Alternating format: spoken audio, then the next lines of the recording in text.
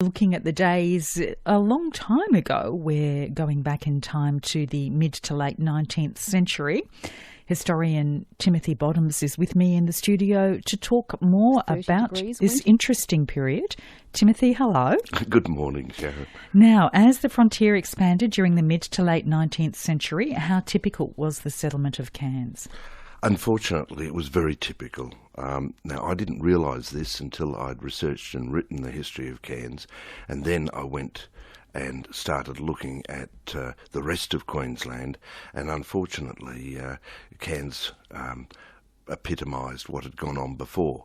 The template had already been set from the 1840s down in the southern section of what became colonial Queensland. Queensland didn't come into existence until December 1859, and the Queensland colonial government just simply incorporated the New South Wales Border Police, which were established in 1848, into their own Queensland Native Police, and they operated on the frontier, dispersing gatherings of Aborigines that might threaten. They supposedly were threatening white settlement, but in a lot of instances I tend to believe that they were ignoring the coming of white people, but you couldn't ignore them if they were coming in and shooting up groups of people.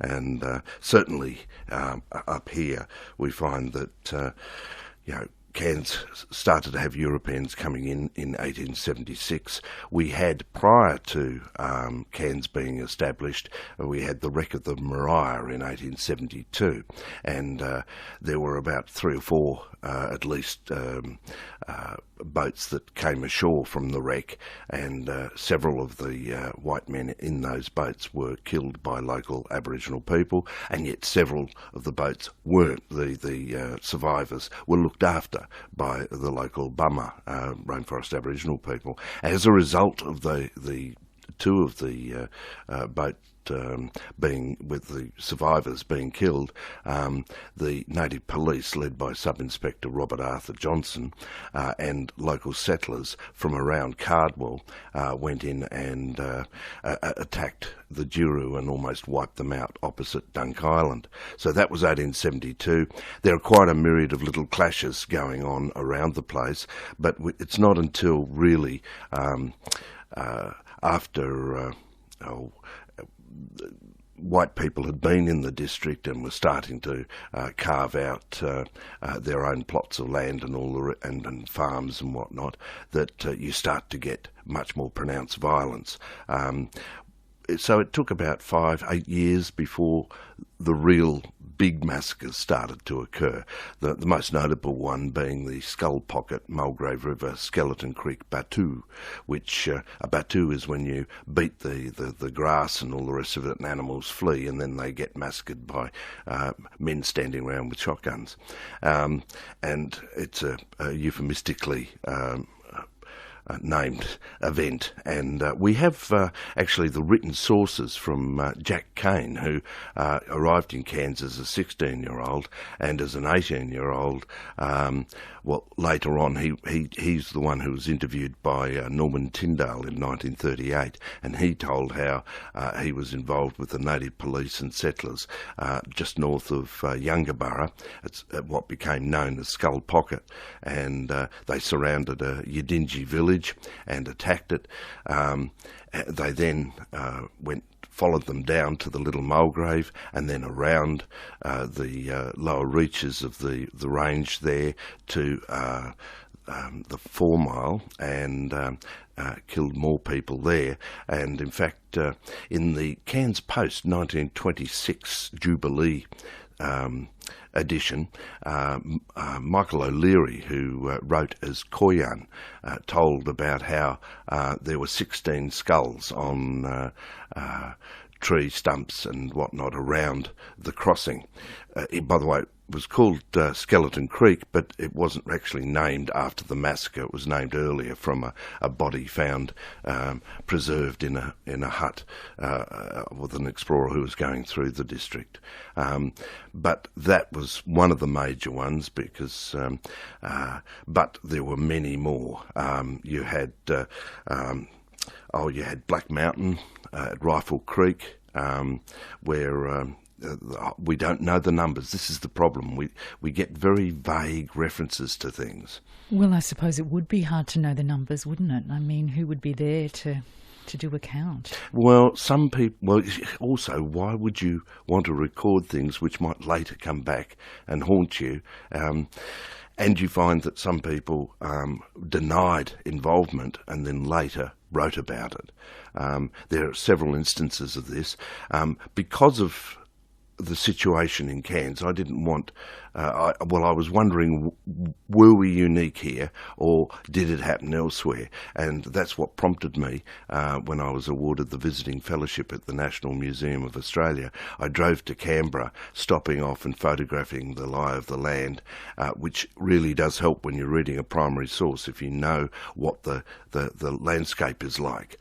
And it really came into focus then, and that's why I produced the book Conspiracy of Silence, Queensland's Frontier Killing Times. And so it places Cairns as typical of what went on elsewhere in Queensland. But what is important is no one today is responsible for what happened then. But we are responsible if we don't acknowledge it. And it has a profound impact on us today. Not only did you have the killing times, which were absolutely tragic, and I don't really want to go into the details at the moment, it's too early in the morning. People want to enjoy themselves. But it does make a big difference, and especially when you look at what happened in the 20th century with Aboriginal people, the total control where the remnants of those who were decimated were shoved into missions and reserves and then totally controlled. If you read the work of Dr. Rosalind Kidd, The Way We Civilise and Trustees on Trial, you get I was very emotionally affected by the total control of these people. And it was confirmed when I interviewed a very famous anthropologist who was on the west coast of Cape York in 1933-34 over the wet season. He stayed with the Uyorant on the Mitchell River, and I rang him when I was in New York and spoke to him. He wrote the classic paper, Steel Axes for Stone Age Australians, looking at the impact of missions and the handing out of steel axes, and that detracted on the power of the male who made the axe and owned the axe, and women and children had to ask permission to utilise the axe.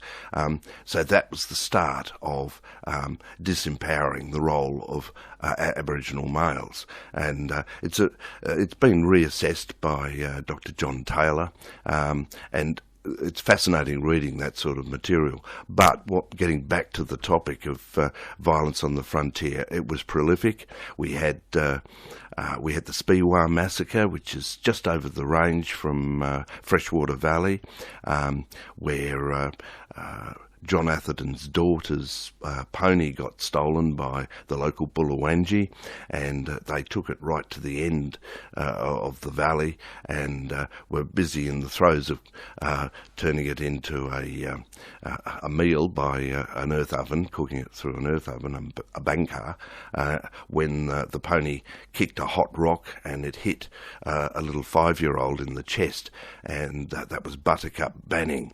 And Buttercup and her mother, Minnie, went down to the stream to cool the wound, and they heard a lot of shots and all the rest of it, and later went back and looked and saw the bodies of the people that they had just been with, and they fled in terror over the range down to Freshwater Valley and sought refuge with Andrew Banning, an American selector. And of course there are descendants of this family still living in Freshwater Valley. Right, okay. Okay, wow. What knowledge you have of history here in Far North Queensland. It's amazing, Timothy. Now, next week, because we are running out of time, we're going to look at the growth of the township of Cairns. Indeed. All right, okay. Well, are you enjoying this series? Yes, it's certainly very challenging.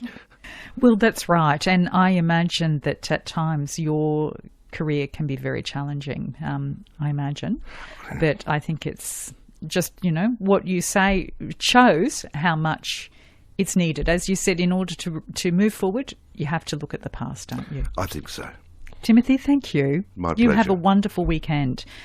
That's Dr. Timothy Bottoms. He is running a segment on history right up until the end of the year.